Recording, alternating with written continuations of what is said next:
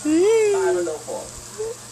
Ako una, yung basura, ay nagtitweet na makikita. Then, itatapon ko na nakikita niya. Para next time, alam niya na, mag-i-duty na siya. Ibang tao ba yung pumulot ng basura? Parang ganito. Ito Dito ayan ganun. Papatay mo sa kahihiyan.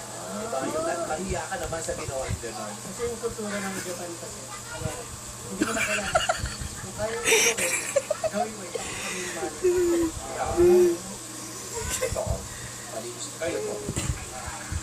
Palakpakan siya. Uy, galing ka po. Parang magpalakpakan. Oo. Sa akin naman po, bilang government employee, ang magkalat po sa Malabon ay mahal. Kayo po yung piliin, pagmumultahin, o paglilinisin, ayun po ang bigay sa presyo yung penalty. Sasabihan po siya na, o siya magkalat para kabilis naman natin, maging malinis at maayos. Saka yung penalty po, tandaan natin.